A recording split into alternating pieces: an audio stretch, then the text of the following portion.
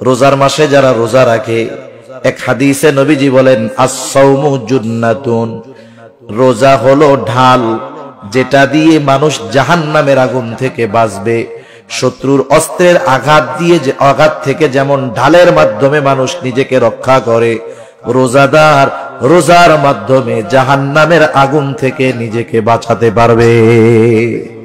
শুধু তাই না যে রোজা রাখবে রোজাদার, নবীজি সাল্লাল্লাহু আলাইহি ওয়াসাল্লাম বলেন ইন্না ফিল জান্নাতি বাবান ইউকালু লাহুর রায়্যান, জান্নাতের মধ্যে একটা দরজা আছে যেটার নাম হলো রায়্যান। এটা স্পেশাল ভাবে শুধুমাত্র রোজাদারদের জন্য।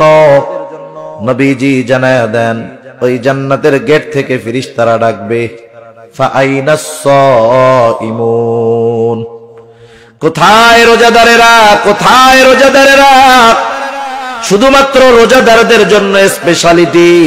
নবীজি বলেন এইভাবে জান্নাতের দরজা থেকে রোজাদারদেরকে আহ্বান করা হবে।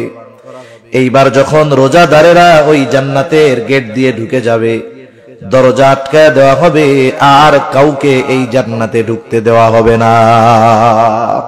ওয়া ইন্নামা তুওয়াফাউনা উজুরাকুম ইয়াওমাল কিয়ামাহ ফামান যুহজিহা আনিন নার ওয়া উদখিলাল জান্নাতা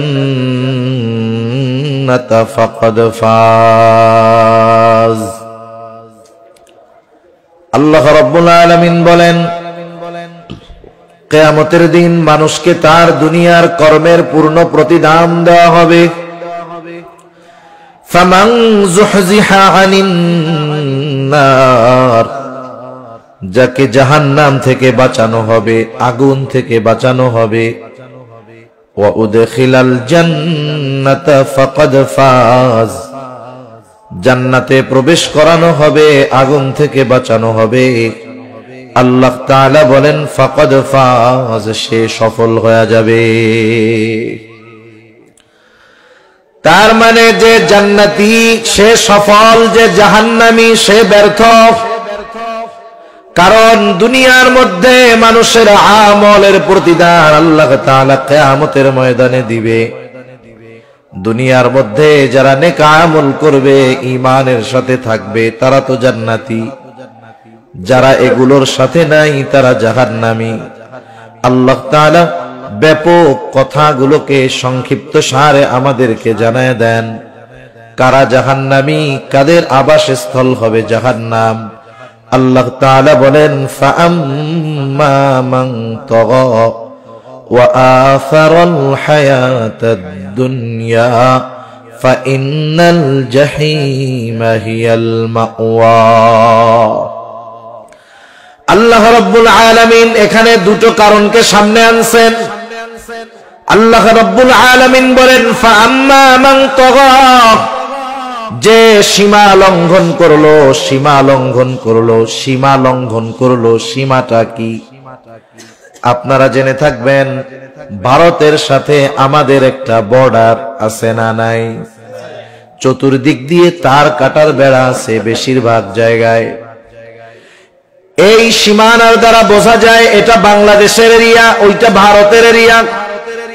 বলেন তো কোন ব্যক্তি ভিসাবিহীন, পাসপোর্টবিহীন তথা ভারতীয় হাই কমিশনের অনুমতিবিহীন তাদের দেশে যদি সে প্রবেশ করে, তাহলে এই প্রবেশটা বৈধ নাকি অবৈধ?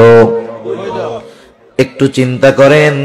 আমাদের দেশেরও যেমন একটা সীমানা আছে, সীমা আছে, শরীয়তেরও এরকম একটা সীমা আছে। শরীয়তে আল্লাহ রাব্বুল আলামিন তার আদেশ নিষেধের একটা সীমানা দিয়ে দিয়েছেন। যেমন সীমানা কি? আল্লাহ তাআলা আদেশের মাধ্যমে কিছু সীমানা দিয়েছেন, নিষেধের মাধ্যমে কিছু সীমানা দিয়েছেন। আদেশ বান্দা নামাজ পড়ো, কেউ যদি এই আদেশ মান্য করে সে শরীয়তের সীমার মধ্যে থাকলো, সে নিরাপদ। কিন্তু কেউ যদি এই আদেশ অমান্য করে নামাজ না পড়ে, সে সীমা লঙ্ঘন করলো। সীমা লঙ্ঘন করলে, যেমন আমরা দেশের সীমানা যদি অন্যায়ভাবে অতিক্রম করি, ভারতীয় বিএসএফ যদি গুলি করে দেয়, ধরে নিয়ে যায়, তাহলে তেমন কিছু বলার থাকে না। অনুরূপভাবে নামাজ পড়তে হবে আদেশ, এটা শরীয়তের সীমা, যদি কেউ না পড়ে সে সীমা লঙ্ঘনকারী। আল্লাহ তাআলা বললেন বান্দা হারাম খায়ও না, হারাম না খাওয়া এটা শরীয়তের সীমা, কেউ যদি খায় তাহলে সীমা লঙ্ঘনকারী। এক কথায় আল্লাহ রাব্বুল আলামিনের যত আদেশ নিষেধ আছে সব কিছু যে মান্য করে সে শরীয়তের গণ্ডির মধ্যে থাকে, সে সীমা লঙ্ঘনকারী হয় না। সেজন্য আল্লাহ রাব্বুল আলামিন বললেন ফাআম্মা মান তাগা, যে শরীয়তের সীমা লঙ্ঘন করে। এখন অনেকগুলো প্রশ্নের সংক্ষিপ্ত জবাব আল্লাহ রাব্বুল আলামিন দেন, তাহলে মানুষ কেন শরীয়তের সীমা লঙ্ঘন করে তথা আল্লাহ তাআলার আদেশ নিষেধ অমান্য করে। আল্লাহ তাআলা দ্বিতীয় কারণ হিসাবে বলেন ওয়া আসারাল হায়াতাদ দুনিয়া, আর যারা দুনিয়ার জিন্দেগিকে প্রাধান্য দেয়, তার মানে সীমা লঙ্ঘন কেন করে মানুষ? দুনিয়ার হায়াতকে প্রাধান্য দেওয়ার কারণে।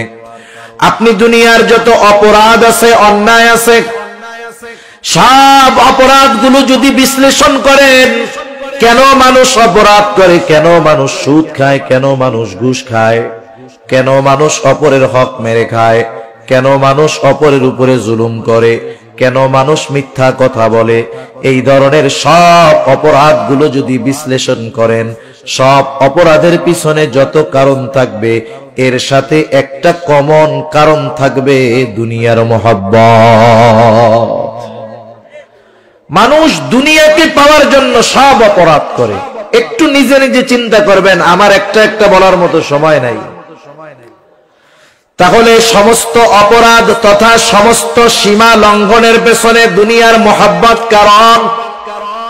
এজন্যই নবীজি সাল্লাল্লাহু আলাইহি ওয়াসাল্লাম বলেন হুব্বুদ দুনিয়া রাসু কুল্লি খাতিআ, দুনিয়ার মহব্বত সকল ক্ষতির মূল। হুব্বুদ দুনিয়া, দুনিয়ার মহব্বত, রাসু কুল্লি খাতিআ, সকল ক্ষতির মূল হলো এই দুনিয়ার মহব্বত। সেই জন্য মানুষ যদি দুনিয়ার মহব্বতকে প্রাধান্য না দেয়, ওই যে মূল গন্তব্য জান্নাতে যাওয়ার বিষয়টা, জাহান্নাম থেকে বাঁচার বিষয়টাকে প্রাধান্য দেয়, তাহলে সে সীমা লঙ্ঘনকারী হবে না। আর যদি সে সীমা লঙ্ঘনকারী হয়, শরীয়তের বিধিবিধান না মানে, দুনিয়ার হায়াতকে প্রাধান্য দেয়, দুনিয়াকে উপভোগের জায়গা মনে করে, দুনিয়াকে শেষ এবং শুরুই মনে করে, সব কিছু বাদ দিয়ে দুনিয়া উপার্জনের পেছনে দৌড়ায়, এই সময় লোকটা আর ভালো মন্দ যাচাই বাছাই করে না। আল্লাহ রাব্বুল আলামিন বলেন যার হায়াত এভাবে অতিবাহিত হয়ে যাবে, আল্লাহ তাআলা বলেন এই দুই কারণে তার আবাসস্থল হবে জাহান্নাম, যা কতই না নিকৃষ্ট আবাসস্থল। ফাইন্নাল জাহিমা হিয়াল মাওয়া, জাহিম ওই জাহান্নাম হবে তার আবাসস্থল। তাহলে সহজ কথায় দুইটা জিনিস, মানুষ জাহান্নামী হওয়ার অন্যতম কারণ শরীয়তের বিধি সীমানা লঙ্ঘন। কেন মানুষ শরীয়তের সীমা লঙ্ঘন করে? এর মূল কারণ হলো দুনিয়া, দুনিয়া। এরপরে আল্লাহ রাব্বুল আলামিন বলেন ওয়া আম্মা মান খাফা মাকামা রাব্বিহি ওয়া নাহান নাফসা আনিল হাওয়া ফাইন্নাল জান্নাতা হিয়াল মাওয়া। আল্লাহ রাব্বুল আলামিন এরপরে বলেন ওয়া আম্মা মান খাফা মাকামা রাব্বিহি, যার তার রবের সামনে দণ্ডায়মান হওয়ার ভয় যার সামনে আছে, যার গোটা জীবনের হিসাব নিকাশ আল্লাহর সামনে দিতে হবে, এই চিন্তা এই ভয় যার দুনিয়ার মধ্যে আছে, যে আমি যেই কাজ করি, যেই কর্ম করি, যেই আমল করি, আমার সব কর্মের হিসাব আল্লাহর সামনে দিতে হবে। বলেন তো এই চিন্তা যার মধ্যে আছে, এই ভয় যার মধ্যে আছে, সে শরীয়তের সীমা লঙ্ঘন করবে? দুনিয়াতে যা মন চায় সে করবে?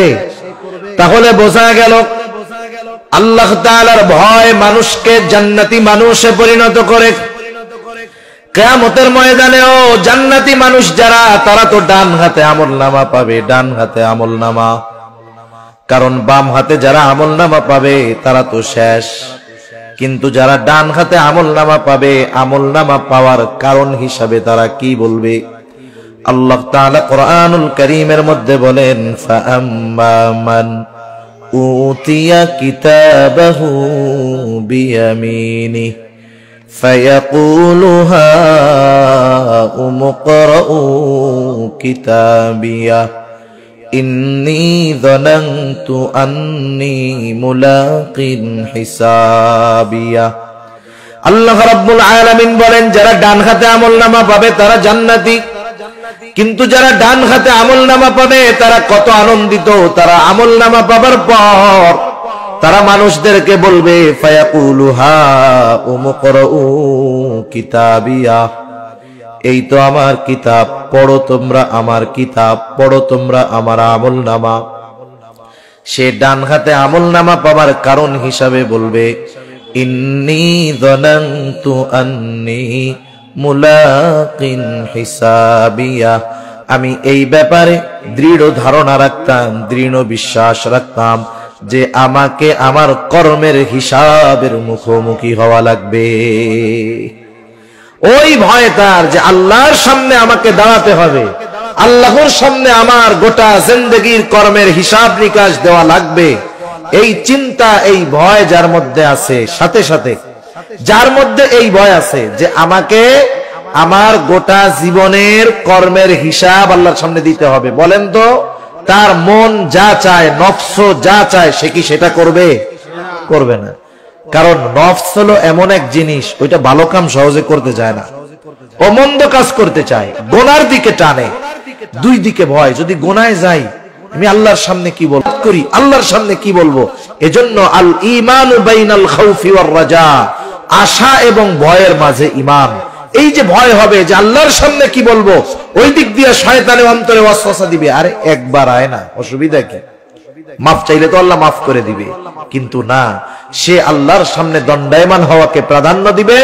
মন যা চাইবে, চাইতে পারে অনেক কিছু, কিন্তু সে আল্লাহর ভয়ে করবে না।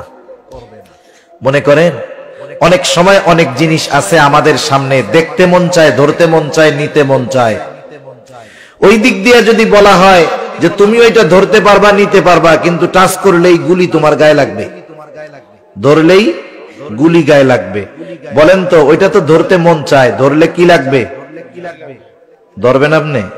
মন তো চাইতেছে, ধরবেন না কেন? কারণ ধরলে কি আসবে? আঘাত আসবে। এই বিষয়টাই মনে রাখতে হবে। মন বহুত কিছু চাইতে পারে, কিন্তু মনের চাওয়া অনুযায়ী কিছু করা যাবে না। চিন্তা করতে হবে, আমাকে আল্লাহর সামনে দাঁড়াতে হবে। এ কথাই বলতেছে আল্লাহ তাআলা, ওয়া আম্মা মান খাফা মাকামা রাব্বিহ, যে তার রবের সামনে দণ্ডায়মান হওয়াকে ভয় করে, ওয়া নাহান নাফসা আনিল হাওয়া, আর মন যা চায় তা করে না, বরং আল্লাহ যা চায় সেটা করে, ফা ইন্নাল জান্নাতা হিয়াল মাওয়া, তার আবাসস্থল হবে জান্নাত। সেজন্য এক নম্বরে আমরা যদি জান্নাতি হতে চাই, আল্লাহর সামনে দণ্ডায়মান হওয়াকে ভয় করতে হবে। হাজারো বিষয় আমার আপনার সামনে আসতে পারে, কিন্তু চিন্তা করতে হবে আল্লাহর ভয়, আল্লাহর ভয়। এক যুবকের ঘটনা আমি আপনাদের শুনাই। কিতাবের নাম হলো মান আশা বাদাল মাউত, লিখছেন প্রসিদ্ধ মুহাদ্দিস আবু বকর ইবনে আবিদ দুনিয়া। তিনি এই কিতাবের মধ্যে একটা যুবকের ঘটনা বর্ণনা করেছেন। সেই যুবক হযরত ওমর রাদিয়াল্লাহু তাআলা আনহুর সময়ের যুবক। যুবকটা হযরত ওমর রাদিয়াল্লাহু তাআলা আনহুর কাছে সব সময় থাকতো, কাছে বসতো, পাশে বসতো। ওই যুবকের ছিল একটাই আপনজন, তার বাবা।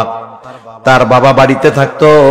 সে বাবার যা কিছু প্রয়োজন, সব কিছু প্রয়োজন মিটায়া সে আবার মসজিদে নববীর মধ্যে অবস্থান করত।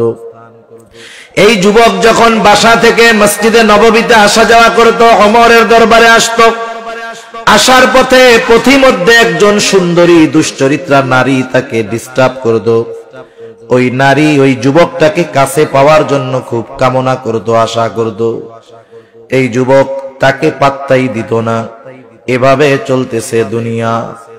হঠাৎ করে একদিন যুবক ওই মহিলার ফাঁদে পড়ে গেল, শয়তানের ধোকায়। যুবকটা যখন ঘরের মধ্যে চলে গেল, অন্দর মহলে মহিলা নিয়ে গেল। এইবার মহিলার আজকে আনন্দের দিন, এতদিনের চাওয়া পাওয়া পূর্ণ হওয়ার মতো অবস্থা। মহিলা তার গোলামকে ডাক দিয়া পাঠায় দিছে, বাজারে যাও, ভালো মন্দ ফল কিনে আনো, সুগন্ধি কিনে আনো। আজকে আমি আমার কাছের পছন্দের মানুষকে পেয়ে গেছি, কথা হবে, গল্প হবে। যুবকটা তো শয়তানের ধোকায় পড়ে ভিতরে ঢুকে গেছে। এইবার যখন ওই মহিলা যুবকের নিকটে আসতে গেছে, যুবকটা হঠাৎ করে অজ্ঞান হয়ে জমিনের উপরে পড়ে গেল। এইবার নড়াচড়া দেয়, কিরে খোঁজ খবর নাই, হুশ তো ফিরে না। এইবার গোলাম যখন ফিরে আসছে, যুবক তো অজ্ঞান, হুশটুস নাই, বোঝা যায় না বেঁচে আছে নাকি মারা গেছে। মহিলার অন্তরে যেই আনন্দ ছিল, মুহূর্তের মধ্যে চিন্তায় পরিণত হয়ে গেছে। এইবার রাতের বেলা যুবকটাকে দুজনে ধরাধরি করে এইবার ওই যুবককে তার ঘরের সামনে শোয়ায় রাখছে, ফালায় রাখছে। প্রতিদিন এশার নামাজের পরে যুবক বাবার ঘরে আসতো, খাওয়া দাওয়া করতো, বাবার যা প্রয়োজনীয়তা সব সেরে আবার সে মসজিদে চলে যাইত। কিন্তু আজকে তো আর বাসায় আসে না, কারণ বাসায় ঢোকার আগে শয়তানের ঢোকায় পড়ে যুবক ভিতরে চলে গেছে। এইবার বাবাও চিন্তা করতেছে, কি ব্যাপার, রাত দীর্ঘ হয়, ছেলে কেন আসে না। বাবা ছেলেকে খুঁজবার জন্য যখন দরজা খুলে বাহির হয়, দেখে সামনে তার কলিজার টুকরা সন্তান অজ্ঞান হয়ে পড়ে আছে। যুবক ওই মহিলা যে তাকে ডিস্টার্ব করে কাউকে কথা বলে নাই, কেউ জানে না, অজ্ঞান হয়ে পড়ে আছে। এইবার যুবকের বাবা লোকজনকে ডাক দিয়া যুবকটারে ঘরের মধ্যে আনলো। ঘরের মধ্যে আনার পর যখন তার সামান্য হুঁশ ফিরল, মানুষেরা জিজ্ঞাসা করতেছে, হে যুবক, কি হলো, কেমন করে তুমি এই জায়গায় অজ্ঞান হয়ে পড়েছিলা, কি ঘটেছে তোমার সাথে? যুবকটা কান্না করে কিছু বলে না। দীর্ঘ সময় পর বলতেছে, এই ঘটনা, আমি তো এই মহিলার ফাঁদে পড়ে গেছি, শয়তানের ধোকায় পড়ে গেছি। কিন্তু যখন আমি মহিলার ঘরের ভিতরে নিয়ে গেল আমাকে, আমি হঠাৎ করে অজ্ঞান হয়ে গেলাম। এরপরে আমার আর কিছু মনে নাই। ওই জায়গায় একজন বিচক্ষণ বুদ্ধিমান লোক, সে যুবককে প্রশ্ন করে, যুবক, তুমি যে মহিলার ঘরের অন্দর মহলে গেলা, সেখানে সে আর তুমি ছাড়া কেউ ছিল নাকি? বলে না। তাহলে কেমন করে তুমি ওই অবস্থার থেকে ফিরে আসলা? যুবকটা বলতেছে, আমি যখন ওই মহিলার একেবারে কাছাকাছি চলে গেলাম, হঠাৎ করে আমার কোরআনুল কারীমের একটা আয়াত মনে পড়ে গেল। এইবার লোকটা বলে, কোন আয়াত?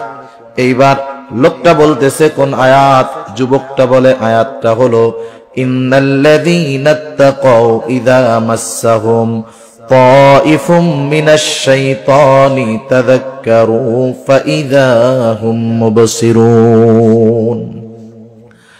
যুবকটা বলতেছে, আমার এই আয়াত মনে পড়ে গেল। এই আয়াতের সারমর্মটা এরকম, যারা মুত্তাকি, আল্লাহকে ভয় করে, মন যা চায় তা করে না, বরং আল্লাহ যা চায় তাই করে, এরা যখন শয়তানের ধোকায় পড়ে যায়, যখন শয়তান তাদেরকে ধোকায় ফালায় দেয়, ইন্নাল্লাযীনা তাকাউ ইযা মাসসাহুম তাইফুম মিনাশ শাইতান, শয়তানের ধোকায় পড়ে তারা যখন ঘোরের মধ্যে পড়ে যায়, এমন অবস্থার মধ্যে পড়ে যায় যেখানে গুনাহ থেকে ফেরানোর জন্য কোনো মানুষ থাকে না, যেখানে গুনাহ থেকে ফেরানোর জন্য কোনো ব্যবস্থা থাকে না। আল্লাহ তাআলা বলেন, ইযা মাসসাহুম তাইফুম মিনাশ শাইতানি তাযাক্কারু ফাইযা হুম মুবসিরুন। আল্লাহ তাআলা আল্লাহর কথা তাকে স্মরণ করায় দেয়। শুধু তাই না, তাকে আল্লাহ এমন দূরদৃষ্টি খুলে দেয়, যেই অন্তরের দৃষ্টি দিয়ে এমন কিছু সে দেখতে পায় যা দুনিয়ার কেউ দেখতে পারে না। যুবকটা কথা বলে কান্না করতেছে, কান্না করতেছে, আর বাবাকে বলতেছি, বাবা, আমি যদি রাতের মাঝেই মারা যাই, আপনি ভোর হওয়ার আগেই আমার দাফন করে দিবেন। ঘটনাক্রমে যুবকটা মারা গেল। এইবার যুবকটাকে দাফন করে দিয়ে আসলো তার বাবা। হযরত ওমর রাদিয়াল্লাহু তাআলা আনহু পরের দিন সকালে দেখেন যুবকটা নাই। কারণ ক্লাসের মধ্যেও বিষয়টা এমন, উস্তাদ শিক্ষক কিছু ছাত্রর প্রতি আলাদা একটা নজর থাকে। সবাই আসছে, ওই ভালো ছাত্রটা আসে নাই। শিক্ষক বলে তোদের পড়ায়া কি হবে, যারে পড়ামু সেই তো আসে নাই, পড়া আগের জায়গায় থাকলো। বলে না এরকম? আরে যারে পড়াবো সেই তো আসে নাই, তাহলে থাক, কালকের পড়া আবার। আবার সে যদি একা আসে, বাকি কেউ যদি নাও আসে, স্যার বলে ওগুলো আসাও যা, না আসাও তা, তুমি আসছো এটাই যথেষ্ট, সামনে পড়ায়া দেয়। মানে শিক্ষকদের কিছু ছাত্রের ব্যাপারে ভালো দৃষ্টি থাকে, তাদের উপরে নজর থাকে। স্বাভাবিকভাবে যুবক মানুষ যদি নেককার হয়, ভালো হয়, পরহেজগার হয়, এলাকার মানুষও তাকে মহব্বত করে, ভালোবাসে, মানুষের নেক নজরে সে থাকে। হযরত ওমর রাদিয়াল্লাহু তাআলা আনহু যুবকটাকে খোঁজে, কোথায় যুবক? উপস্থিত লোকজন বলতেছে, খলিফা গতকাল রাত্রে বাড়িতে গেছে, এখনো ফিরে আসে নাই। হযরত ওমর বললেন, তার বাড়িতে কে আছে? বলে বৃদ্ধ বাবা। বলে যাও একটু খোঁজ খবর নিয়ে আসো, দেখো কোনো বিপদ আপদ হলো কিনা। এইবার কয়েকজন ওই বৃদ্ধের বাড়িতে গেল, যায় দরজায় টোকা দিল। ওই যুবকের বাবা দরজাটা খুলে দিল, জিজ্ঞাসা করে আপনার ছেলেটা কোথায়? এইবার ওই মুরব্বী সব ঘটনা খুলে বলল, এইভাবে শয়তানের ধোকায় পড়ে এই হয়েছে, ওসিয়ত মুআফিক ফজরের আগেই তাকে আমরা দাফন করে দিয়েছি। এইবার ঘটনাটা শুনে এইবার তারা হযরত ওমর রাদিয়াল্লাহু তাআলা আনহুর কাছে গিয়ে বলল, এই ঘটনা।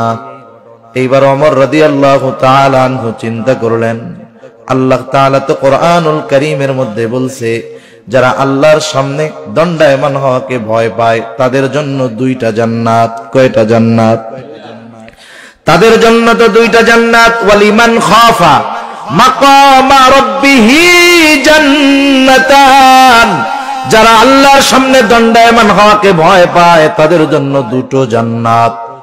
এইবার হযরত ওমর রাদিয়াল্লাহু তাআলা আনহু তিনি চিন্তা করতেছেন, এই যুবক আল্লাহর ভয়ে এত কাছে গিয়েও গুনার থেকে ফিরে আসছে, একটু জানতে মন চায় যে সে কি এই দুই জান্নাতের মালিকানা পেল কিনা।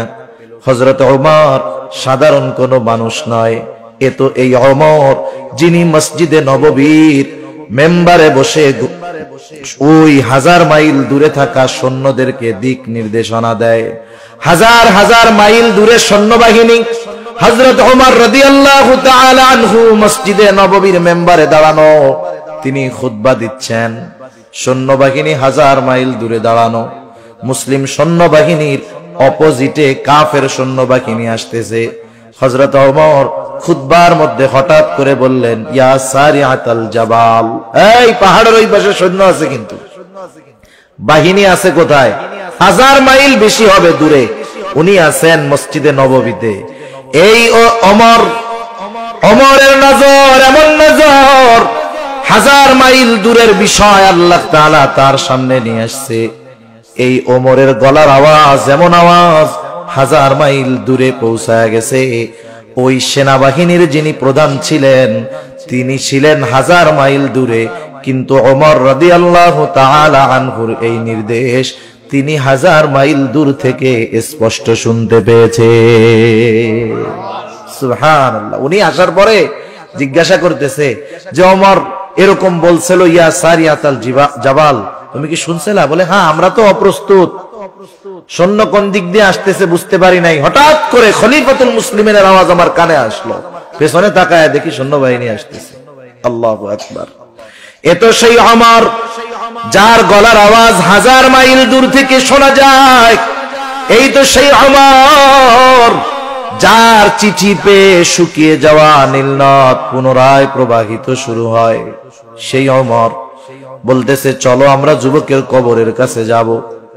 যুবকের কবরের কাছে গিয়ে হযরত ওমর যুবককে প্রশ্ন করতেছে, যুবক আছে কবরের মধ্যে, প্রশ্ন করতেছে যুবক, আল্লাহ তাআলা তো বলছে ওয়ালিমান খাফা মাকামা রাব্বিহি জান্নাতান, যারা আল্লাহর সামনে দণ্ডায়মান হওয়াকে ভয় করে তাদের জন্য দুটো জান্নাত।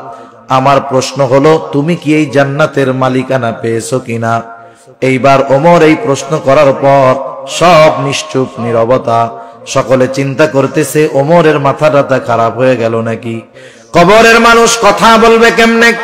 সবাই চুপ, নিশ্চুপ নীরবতা। হঠাৎ করে সবাই স্পষ্ট আওয়াজ শুনতে পায়, বলতেছে, ও ওমর, আমার আল্লাহ আমাকে এই 2 জান্নাতের মালিকানা দিয়ে দিয়েছে। সেজন্য আমি বলেছিলাম, আল্লাহ তাআলা বললেন, ওয়া আম্মা মান খাফা মাকামা রাব্বিহ ওয়া নাহান নাফসা আনিল হাওয়া, যারা আল্লাহর সামনে দণ্ডায়মান হওয়াকে ভয় করে আর মন যা চায় তা করে না, আল্লাহ তাআলা বলেন, ফা ইন্নাল জান্নাতা হিয়াল মাওয়া, তাদের আবাসস্থল হলো জান্নাত। জান্নাত জাহান্নামের অস্তিত্ব আছে এ ব্যাপারে কারো সন্দেহ আছে? কারণ জান্নাত জাহান্নাম দর্শন করে এসেছেন এমন ব্যক্তি যিনি গোটা জিন্দেগিতে কোনোদিন মিথ্যা কথা বলেন নাই।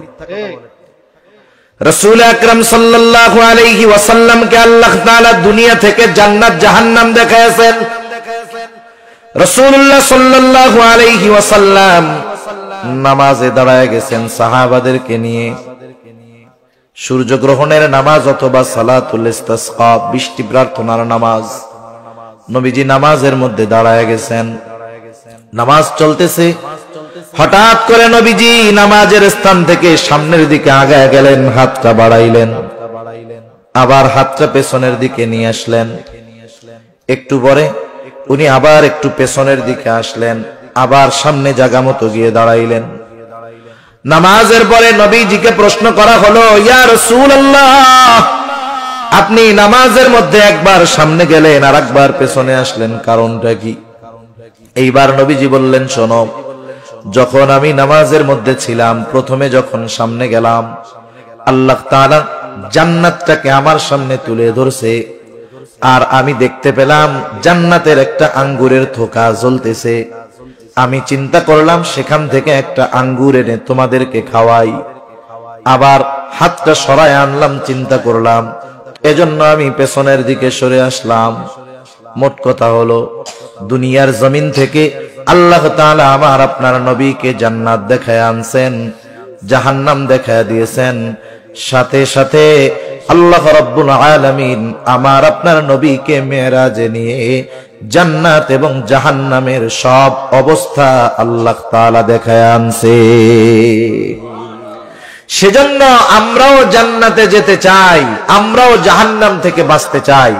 আমি জান্নাতের নাজ নেয়ামতের বর্ণনাও বলবো না, জাহান্নামের কষ্টের কথাও বলবো না।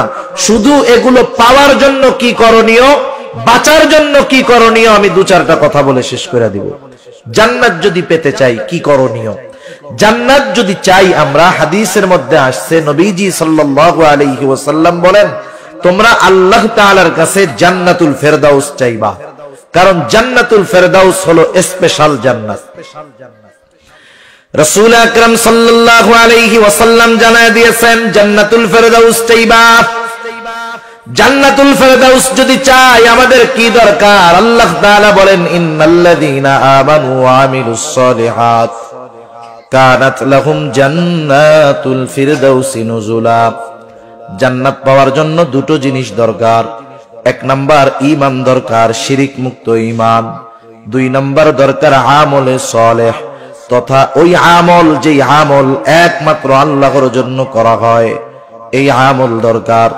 এটা হতে পারে নামাজ, এটা হতে পারে রোজা, এটা হতে পারে যাকাত। সেজন্য প্রত্যেকটা নেক আমল যেটা আল্লাহর জন্য করা হয়, এটা জান্নাতে যাওয়ার জন্য সহায়ক। যেমন সামনে অল্প কিছুদিন পর আসতেছে রমাদান মাস, রোজার মাস।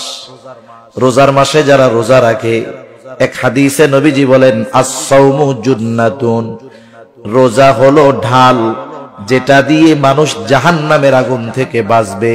শত্রুর অস্ত্রের আঘাত থেকে যেমন ঢালের মাধ্যমে মানুষ নিজেকে রক্ষা করে, রোজাদার রোজার মাধ্যমে জাহান্নামের আগুন থেকে নিজেকে বাঁচাতে পারবে। শুধু তাই না যে রোজা রাখবে রোজাদার, নবীজি সাল্লাল্লাহু আলাইহি ওয়াসাল্লাম বলেন, ইন্না ফিল জান্নাতি বাবান ইউকালু লাহুর রায়্যান, জান্নাতের মধ্যে একটা দরজা আছে যেটার নাম হলো রাইয়ান। এটা স্পেশাল ভাবে শুধুমাত্র রোজাদারদের জন্য।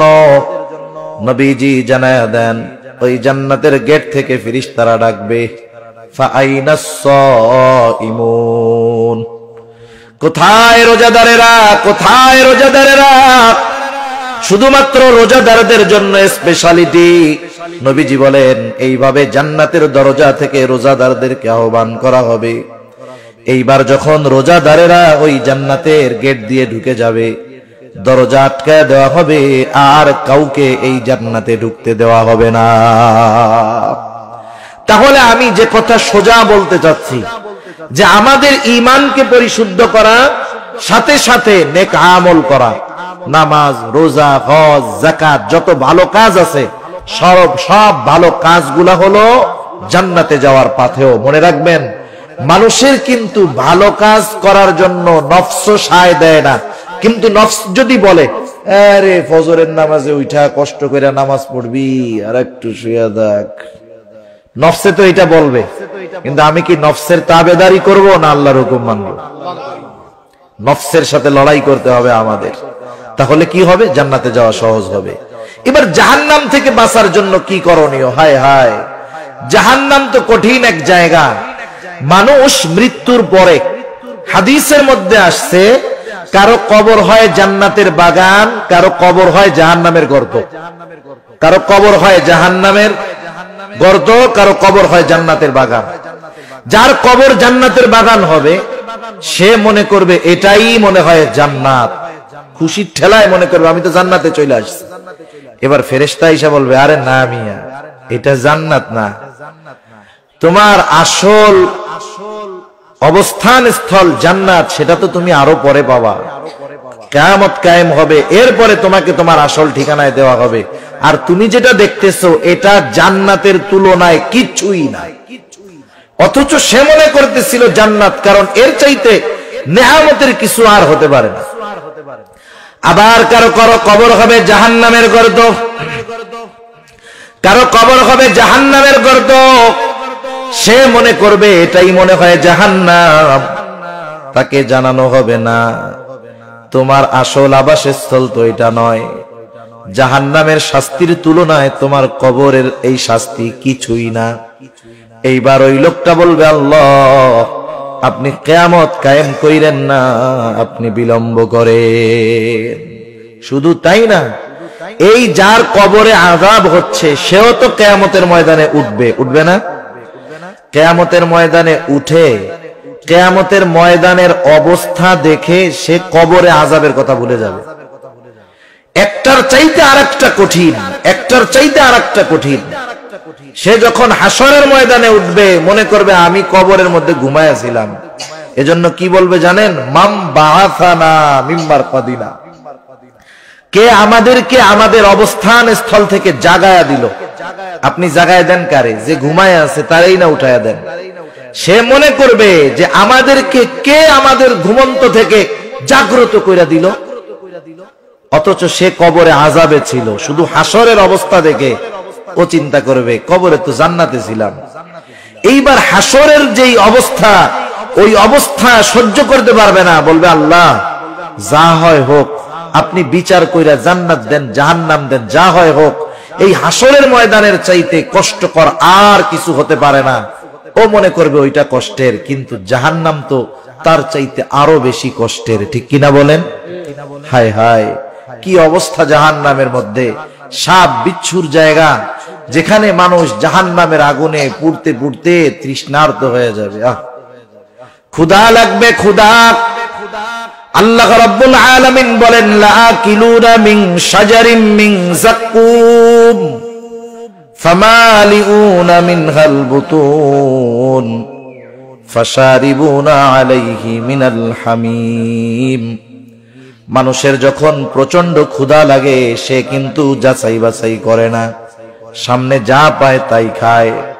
জাহান্নামীদের ক্ষুধা লাগবে, ক্ষুধা। তাদের সামনে যাক্কুম ফল দেওয়া হবে, কাঁটাযুক্ত ফল।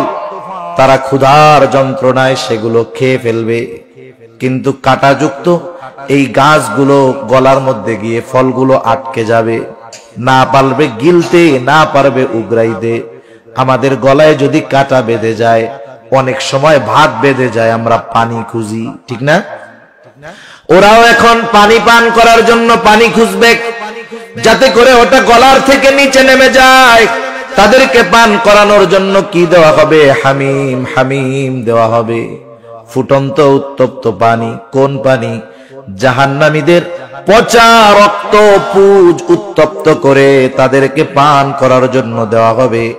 অনেক সময় দেখবেন গ্লাসের মধ্যে গরম পানি, তৃষ্ণা লাগছে, আমাদেরও ভুল হয়ে যায়, যাচাই বাছাই করি না, তৃষ্ণা নিবারণ করতে গিয়ে ওই গরম পানিটা দ্রুততার সাথে যখন গলায় ঢেলে দেই, জিহ্বা পুড়ে যায়, অনেক সময় গলার মধ্যেও ফুসকা পড়ে যায়। ওর তো গলা আটকে আছে, দম আটকে যাওয়ার মতো অবস্থা। এই 12টা দেওয়ার সাথেই সাথেই সে পান করবে, কি অবস্থা হবে? হাদিসের মধ্যে আসছে, ওই ফুটন্ত উত্তপ্ত পানিটা যখন সে পান করবে, জাহান্নামীদের পচা রুজ রক্তপুজ সাথে সাথে ওইটা যখন পেটের মধ্যে যাবে, পায়খানার রাস্তা দিয়ে তার নাড়ি বুড়ি সব বের হয়ে যাবে। এসব শাস্তির কথা বলতে গেলেও ভয় লাগে। একটু চিন্তা করেন, আমরা যদি দুনিয়ায় অসুস্থ হই, অসুস্থ, অনেক সময় আমাদের হাতে টাতে ঘা হয়। গ্রামের মানুষ, ছোট্ট একটা ঘা হইছে, এটারে গোনাই ধরে না। কৃষি কাজ করে যারা পরিশ্রমী মানুষ, ছোটখাটো ঘা হইলে এগুলা ওনাদের কাছে ডোন্ট কেয়ার। চিন্তা করে এটা এক সপ্তাহ পরে এমনিই চলে যাবে। ডায়াবেটিক্স যদি না থাকে কোনো টেনশন নাই, কিন্তু বেচারার ডায়াবেটিক্সও নাই, সুস্থ মানুষ, ছোট্ট একটা ঘা হইছে, এক সপ্তাহ, 1 মাস, 2 মাস, 6 মাস পার হয়ে যায়, ঘাটা সারেই না। তখন কিন্তু চিন্তা হবে, কি ব্যাপার, এটা তো সেরে যাওয়ার কথা, আমার ডায়াবেটিক্স নাই, এরপরেও কেন এই অবস্থা হইল? এবার সে ডাক্তারের কাছে যাবে, ডাক্তারের কাছে গিয়ে ডাক্তার দেখাবে, ডাক্তার বলবে আপনি ঢাকায় চলে যান। ঢাকায় গিয়ে ভালো মতো চেকআপ টেকআপ করায়া ডাক্তার এবার বলতেছে আপনি তো দেরি করে ফেলছেন। মানে আপনার এই ঘাটা তো সাধারণ ঘা ছিল না, এটা ছিল ক্যান্সারের আলামত, ক্যান্সারের আলামত ছিল, আপনি গুরুত্ব দেন নাই। 6 মাস 1 বছর পার হয়ে গেছে, এখন ওই ক্যান্সারের জীবাণু আর এক জায়গায় নাই, ছড়ায় গেছে অনেক দূর। আপনার যদি হাত বাঁচাতে হয় আঙ্গুল কাটতে হবে, কি করবেন? আঙ্গুল কাটবেন না? টাকাও দিবেন, কাটবেনও।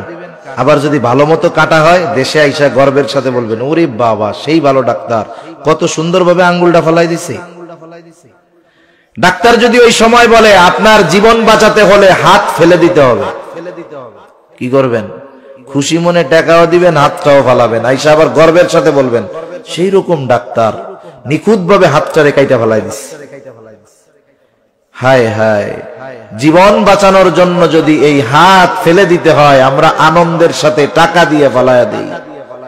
কিন্তু জাহান্নাম থেকে বাঁচার জন্য যদি কিছু বদ কর্ম বাদ দিতে হয়, ভালো কাজ করতে হয়, আমরা সেগুলো করতে রাজি নাই। আফসোস আমাদের জন্য।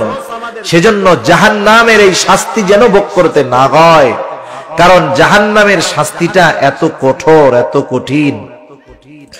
আল্লাহ রাব্বুল আলামিন বলেন জাহান্নামের ইন্ধন হবে মানুষ আর পাথর, ওয়াকুদুহান নাসু ওয়াল হিজারা আলাইহা মালাইকাতুন গিলাদুন শিদাদ লা ইয়াসুনাল্লাহা মা আমারহুম ওয়া ইয়াফআলুনা মা ইউমারুন। আল্লাহ রাব্বুল আলামিন বলেন আলাইহা মালাইকাতুন গিলাদুন শিদাদ, জাহান্নামের ইন্ধন হলো মানুষ আর পাথর, ওয়াকুদুহান নাসু ওয়াল হিজারা আলাইহা মালাইকাতুন গিলাদুন শিদাদুন লা ইয়াসুনাল্লাহা মা আমারহুম, সেইখানে আছে একদল কঠোর স্বভাবের, রুক্ষ স্বভাবের ফেরেশতা, গিলাদুন শিদাদ লা ইয়াসুনাল্লাহা মা আমারহুম ওয়া ইয়াফআলুনা মা ইউমারুন। তারা আল্লাহ তাআলার নাফরমানি তো করেই না, বরং আল্লাহ তাআলা তাদেরকে যা বলে তারা তাই করে। তারা তো জাহান্নামীদের শাস্তি দিতে থাকবে, জাহান্নামীরা চিৎকার করবে। জাহান্নামের ফেরেশতাদের সর্দার যে, তার নাম হলো মালিক। তার নাম কি বলেন তো? মালিক। এবার জাহান্নামীরা ডাকবে, নাদাউ ইয়া মালিক ইয়া মালিক ইয়া মালিক, ডাকতে থাকবে। তাফসীরের মধ্যে আসছে 1000 বছর পর জাহান্নামের ফেরেশতাদের সরদার মালিক তাদের ডাকের জবাব দিবে। ডাকের জবাব দিয়ে বলবে, কেন ডাকতেছো কেন? এইবার জাহান্নামীরা বলবে, আর তো সহ্য হয় না, আর তো সহ্য করতে পারি না, আমাদেরকে তোমার রবের কাছে বলো। ওয়ানাদাউ ইয়া মালিক লিয়াকদি আলাইনা রাব্বুক, তোমার রবকে বলো আমাদের ব্যাপারে কোনো চূড়ান্ত ফয়সালা নিতে, আমাদেরকে মেরে ফেলতে বলো। কারণ জান্নাতি আর জাহান্নামীরা, জান্নাতি জান্নাতে যাওয়ার পর, জাহান্নামী জাহান্নামে যাওয়ার পর আল্লাহ তাআলা মৃত্যুকে জবাই করে দিবেন। অবস্থা হবে এমন, লা ইয়ামুতু ফিহা ওয়ালা ইয়াহইয়া, সেখানে তারা মরতেও পারবে না, বাঁচতেও পারবে না। দিন যাবে, শাস্তির তীব্রতা বাড়বে। এবার মালিক বলবে, তোমাদের এই অবস্থা কেন?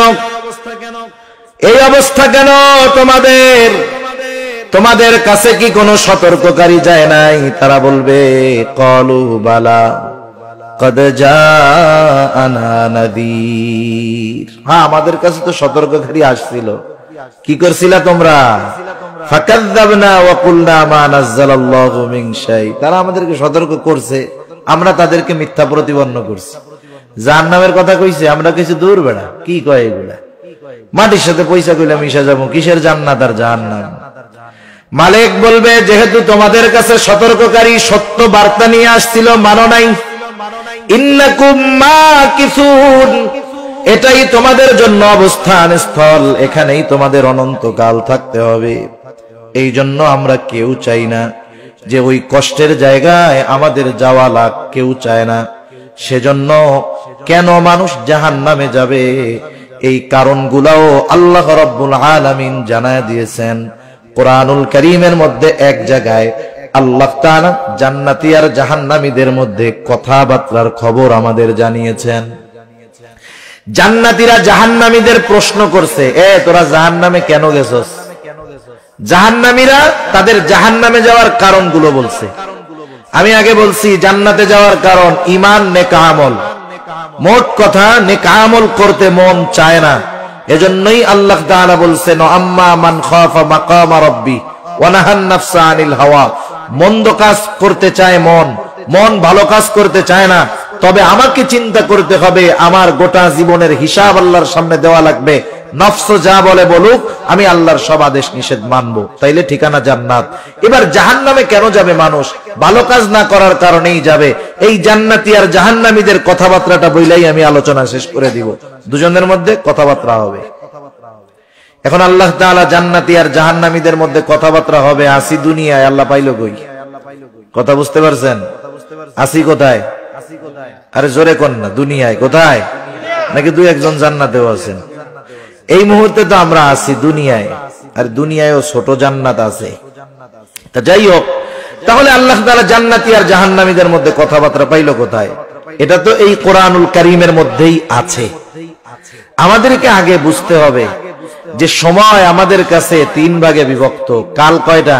3টা, অতীতকাল, বর্তমানকাল, ভবিষ্যৎকাল।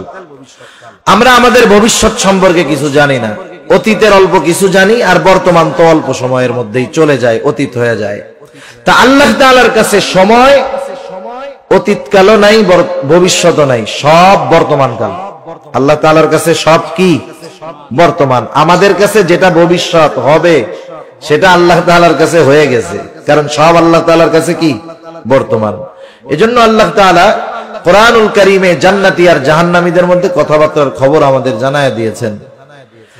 জান্নাতীরা প্রশ্ন করতেছে, ফি জান্নাতি ইয়াতাসাআলুনা আনিল মুজরিমিন। জান্নাতীরা পরস্পর জাহান্নামীদেরকে জিজ্ঞাসা করবে, মা সালাকাকুম ফি সাকার, কোন জিনিস তোমাদেরকে জাহান্নামে আনলো? কোন কাজ করার কারণে তোমরা জাহান্নামে আনলা? এই আয়াতগুলোর আলোকে, এই সূরা যে আয়াতগুলো আছে, এই সূরার এই আয়াতগুলোর আলোকে জাহান্নামীরা তাদের জাহান্নামে যাওয়ার 4টা কারণ বলছে। আমরাও জাহান্নাম থেকে বাঁচার জন্য ওই 4টা বিষয় পরিত্যাগ করতে রাজি আছি। আরো জোরে বলি, আছি। আরে জীবন বাঁচানোর জন্য হাত কাইটা ফেলি, জাহান্নাম থেকে বাঁচার জন্য 4টা বদ অভ্যাস বাদ দেওয়া যাবে না? কারা কারা বাদ দিব? নারায়ে তাকবীর, আরো জোরে নারায়ে তাকবীর। মাশাআল্লাহ, হাত নামাই। জাহান্নামীরা এবার বলবে 1 নাম্বার, লাম নাকু মিনাল মুসাল্লিন। আমরা জাহান্নামে আসার 1 নাম্বার কারণ আমরা মুসল্লি ছিলাম না।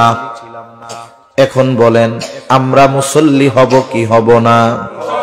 জাহান্নামীরা মুসল্লি নয়, আমরা মুসল্লি হব। কারণ মুসল্লি যদি হই জান্নাতে যাওয়া সহজ, জাহান্নাম থেকে বাঁচাও সহজ। মুসল্লি হলে জান্নাতে যাওয়া সহজ, জাহান্নাম থেকে বাঁচা সহজ। কেন জানেন? কিয়ামতের দিন আল্লাহ তাআলা প্রথম হিসাব নেবে নামাজের। আউয়ালু মা ইউহাসাবু বিহিল আবদু ইয়াউমাল কিয়ামাতিস সালাহ। কিয়ামতের দিন সর্বপ্রথম নামাজের হিসাব নেওয়া হবে। আর এক হাদিসে আর একটু বাড়ায় আসছে, নবীজি বলেন যার প্রথম হিসাব সহজ হবে তার বাকি হিসাবগুলো সহজ করে দিবেন কে? শুধু চাই না, নামাজ বেহেশতের চাবি। নামাজ কিসের চাবি? বেহেশতের চাবি। তাহলে নামাজ ছাড়া তো জান্নাতে যাওয়াই যাবে না। সেজন্য আমরা মুসল্লি হব, মুসল্লি। 2 নাম্বার কারণ তারা বলবে ওয়ালাম নাকুন তুহিমুল মিসকিন, আমরা মিসকিনদেরকে খানা দিতাম না। জাহান্নামীদের কাজ হলো মিসকিনদের খানা দেয় না। আমরা মিসকিন, অসহায়, দরিদ্র মানুষদেরকে খানা খাওয়াবো। কারণ খানা খাওয়ানো এমনিতেই বড় ফজিলতের কাজ। আল্লাহর জন্য আপনি যদি একজন কোটিপতিকেও খানা খাওয়ান, আল্লাহর জন্য ফজিলত আছে। আবার আপনি যদি মিসকিনকে খানা খাওয়ান, দুনিয়ারও লাভ আছে। আল্লাহ তাআলা যারা মিসকিনদের খানা দেয়, অপরকে খানা দিতে উৎসাহ দেয়, আল্লাহ তাআলা দুনিয়াতে তাদের রিজিককে প্রশস্ত করে দেয়। আর যারা মিসকিনদের খানা দেয় না, অপরকেও উৎসাহ দেয় না, তাদের রিজিক আল্লাহ দুনিয়ায় সংকীর্ণ করে দেয়। সেজন্য আমরা মিসকিনদের খানা দিব, জাহান্নামীরা মিসকিনদের খানা দিত না। 3 নাম্বার কারণ ওয়া কুন্না নাখুদু মাআল খাইদিন, আমরা অনর্থক মজলিসে যারা লিপ্ত থাকতো তাদের সাথে আমরা অনর্থক মজলিসের মধ্যে বসতাম। মনে রাখবেন, আমি কোন মজলিসে বসবো এটার একটা মূল নীতি আমি আপনাদের বলে যাই। আশরাফ আলী থানভী রহমাতুল্লাহি আলাইহি বলতেন, তোমরা ওই সমস্ত মজলিসে বসবা না যেই মজলিসের মধ্যে না দুনিয়ার উপকার আছে না পরকালের উপকার আছে। এটা হলো মূল নীতি। আমি এক মজলিসে মনে করেন আড্ডা দিচ্ছে 10 জন, এই আড্ডার মধ্যে যদি দুনিয়ার বৈধ কোনো উপকার থাকে তাও বসা যাবে। আর যদি এই মজলিসে বসার কারণে আমি একটু দ্বীনের প্রতি আগ্রহী হতে পারি, আমল শিখতে পারি, তাইলে তো এটা দুনিয়া আখিরাত উভয় জাহানের উপকার। এর বাইরে যত মজলিস আছে সব মজলিসগুলা জাহান্নামে যাওয়ার কারণ হবে। আমাদের গ্রাম অঞ্চলে আছে, চায়ের দোকানে বৈশা বৈশা বিনা কারণে আড্ডা দেয়। আপনাদের এদিকে আছে? কোনো কাজ কাম নাই, কিচ্ছু নাই, ওইখানে বসে বসে বেহুদা সময় কাটায়, এর গীবত করে, ওর গীবত করে। আহারে, কেউ যদি মানা করে যে দেখেন ওর গীবত করেন না, কই এত মাসালা দিও না, ওর মধ্যে দোষ আছে এই জন্যই তো কইতেছে। আরে দোষ আছে এজন্য তো গীবত, আর দোষ না থাকলে তো তহমত, অপবাদ হইতো। সেজন্য অনর্থক মজলিস জাহান্নামে যাওয়ার কারণ। 4 নাম্বার অকুন্না নুকাযযিবু বিয়াউমিদ্দিন, আমরা কিয়ামতের দিবসকে অস্বীকার করতাম। এই 4 কারণে আমরা জাহান্নামী, এই 4 কারণে আমরা জাহান্নামী। এই জন্য অনেক লম্বা আলোচনা, হয়তো অনেক কিছু মনে থাকবে না। সর্বশেষ এই কর্মগুলো যদি আমরা ছাড়তে পারি জান্নাতি, ধরতে পারি জান্নাতি, ছাড়তে পারলে বেঁচে যাব। তার মানে আমরা নামাজি যদি হই জান্নাতি হব, জাহান্নাম থেকে বাঁচবো। যদি মিসকিনদের খানা দেই জান্নাতে যাওয়ার কর্ম, জাহান্নাম থেকে বাঁচার কর্ম। অনর্থক মজলিস থেকে যদি বাঁচতে পারি জান্নাতে যাওয়ার কর্ম, জাহান্নাম থেকে বাঁচার কর্ম। আর পরকাল কিয়ামতের প্রতি যদি দৃঢ় বিশ্বাস রাখতে পারি, এটা জান্নাতে যাওয়ার কাজ হবে, জাহান্নাম থেকে বাঁচার মাধ্যম হবে।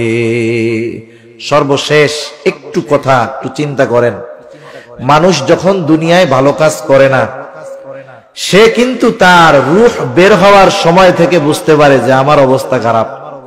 যারা দুনিয়ায় ভালো কাজ করে না, গুনার কাজ করে, ও মারা যাওয়ার পরে আফসোস করে, কিন্তু ওই আফসোস দুনিয়ার মানুষ দেখতে পারে না, জানতে পারে না। আল্লাহ তাআলা জানেন বিদায় আমাদেরকে জানায়া দিবেন। এখন আমাদের সময় আছে, আমরা জান্নাতে যাওয়ার পাথেও সংগ্রহ করতেছি না, জাহান্নাম থেকে বাঁচার পাথেও সংগ্রহ করতেছি না। দেখেন, যখন শীত আসে, শীত আগমন হতে হতেই আমরা কিন্তু শীতের পোশাকটা কিনে ফেলি, যাতে শীতের কারণে আমাদের কষ্ট না হয়। আবার গরম আসতেছে, শীতের মোটা কাপড় তো গরমে গায়ে দেওয়া যাবে না, গরম থেকে বাঁচার জন্য আমরা ফ্যান লাগায় নেই, যার সামর্থ্য আছে এসি লাগায় নেই, যার সামর্থ্য আছে ভালো কিছু পাতলা সুতি কাপড় বানায় নেই, যাতে গরমের কষ্টটা আমাদের ভোগ না করতে হয়। আগের থেকে প্রস্তুতি নেই। সেজন্য আমাদেরকেও জান্নাত পাওয়ার প্রস্তুতি দুনিয়ায় নিতে হবে, জাহান্নাম থেকে বাঁচার প্রস্তুতি দুনিয়ায় নিতে হবে। যদি নেক আমল করি, গুনাহ ছাড়ি, এটাই প্রস্তুতি। আর যদি না করি, মরার পরে আফসোস হবে। সময় এখন আছে, এখন মূল্য বুঝতেছি না। অনেকে বাপ থাকতে বাপের মর্ম বুঝে না, দাঁত থাকতে দাঁতের মর্ম বুঝে না, সুস্থ থাকতে সুস্থতার মর্ম বুঝে না। ওই যে বৎকার যখন মরবে কি বলবে জানেন? বলবে ফায়াকুলা রব্বি লাউলা আখারতানি ইলা আজালিন করিব ফাসাদদাকা ওয়া কুম মিনাস সালিহিন। ও আমার রব, যদি আমাকে আরেকটু অবকাশ দিতেন, একটু দুনিয়ায় যাওয়ার সুযোগ দিতেন, আমি দান সদকা করতাম, নেক আমল করতাম, সৎ কর্মশীলদের অন্তর্ভুক্ত হয়ে যাইতাম। কিন্তু বলেন তো, ওই সময় চাবে, কিন্তু সময় কি পাবে? এখন তো সময় আছে, তাইলে কেন আমরা কাজে লাগাই না সময়? আমরা জান্নাতীদের আমল করি, জান্নাতি হই, জাহান্নামীদের আমলগুলা থেকে বাঁচি, জাহান্নাম থেকে বাঁচি। মোট কথা হলো, আল্লাহ তাআলা ওই কথাই বলতেছেন, যারা শরীয়তের সীমা লঙ্ঘন করে, যে শরীয়তের বিধিনিষেধ অমান্য করে, দুনিয়ার মোহাব্বতকে প্রাধান্য দেয়, তার আবাসস্থল হবে জাহান্নাম। আর যে আল্লাহর সামনে তার এই গোটা জিন্দেগির হিসাব দিতে হবে, এই ভয় অন্তরে রেখে মন যা চায় তা করে না, ওই লোকটা সফল, ওর ঠিকানা হবে জান্নাত। আল্লাহ সুবহানাহু ওয়া তাআলা আমাদের সবাইকে জাহান্নাম থেকে বাঁচার এবং জান্নাতের বাসিন্দা হওয়ার তৌফিক আল্লাহ দান করুন। সকলে বলি আমিন। ওয়া আখিরু দাওয়ানা আনিল হামদুলিল্লাহি রাব্বিল আলামিন। আসসালামু আলাইকুম ওয়া রাহমাতুল্লাহি ওয়া বারাকাতুহু।